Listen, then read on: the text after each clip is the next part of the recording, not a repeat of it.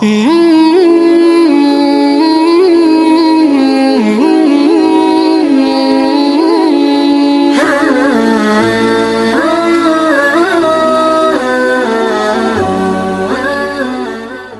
علی الحبیب صلی اللہ تعالی علی محمد۔ شیطان گناہ کی راہ ہموار کرتا چلا جاتا ہے۔ حضور نبی کریم صلی اللہ علیہ وسلم نے ارشاد فرمایا، بنی اسرائیل میں ایک راہب تھا، اس کے زمانے میں شیطان نے ایک خوبصورت لڑکی کے پاس جا کر اسے دبوچا، جس کے سبب وہ بیمار ہو گئی۔ پھر اس کے گھر والوں کے دل میں یہ بات ڈالی، اس کا علاج اس راہب کے پاس ہے۔ چنانچہ وہ لڑکی کو اس کے پاس لائے تو راہب نے بعرض علاج اسے اپنے پاس رکھنے سے انکار کر دیا، مگر لڑکی کے گھر والے اصرار کرتے رہے حتیٰ کہ وہ مان گیا۔ جب لڑکی راہب کے پاس علاج کے لیے موجود تھی تو شیطان اس کے پاس آیا، اس کے دل میں لڑکی کے ساتھ بدکاری کرنے کا وسوسہ ڈالا اور اس نازیبا حرکت پر اکساتا رہا، یہاں تک کہ راہب نے اس لڑکی کے ساتھ منہ کالا کر دیا اور لڑکی حاملہ ہو گئی۔ پھر شیطان نے اس کے دل میں وسوسہ ڈالا کہ اس کے گھر والے آئیں گے اور تو بدنام اور رسوا ہو جائے گا، لہٰذا اسے قتل کر دے۔ وہ پوچھی تو کہن دینا کہ مر گئی۔ چنانچہ راہب نے اسے قتل کرنے کے بعد دفن کر دیا۔ شیطان لڑکی کے گھر والوں کے پاس آیا اور ان کے دلوں میں وسوسہ ڈالا کہ راہب نے لڑکی کو حاملہ کرنے کے بعد قتل کر کے دفن کرے۔ چنانچہ لڑکی کے گھر والوں نے راہب سے لڑکی کا پوچھا تو اس نے کہا لڑکی مر گئی ہے۔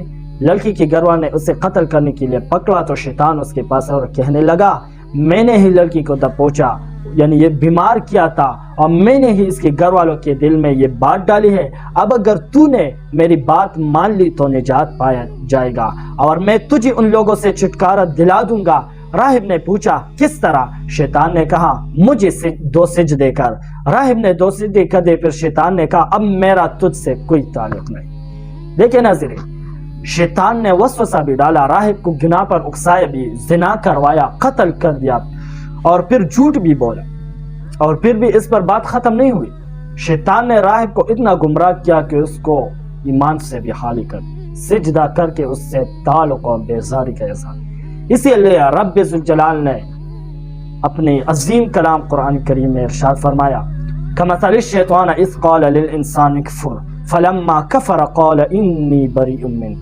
ترجمہ کنز الایمان۔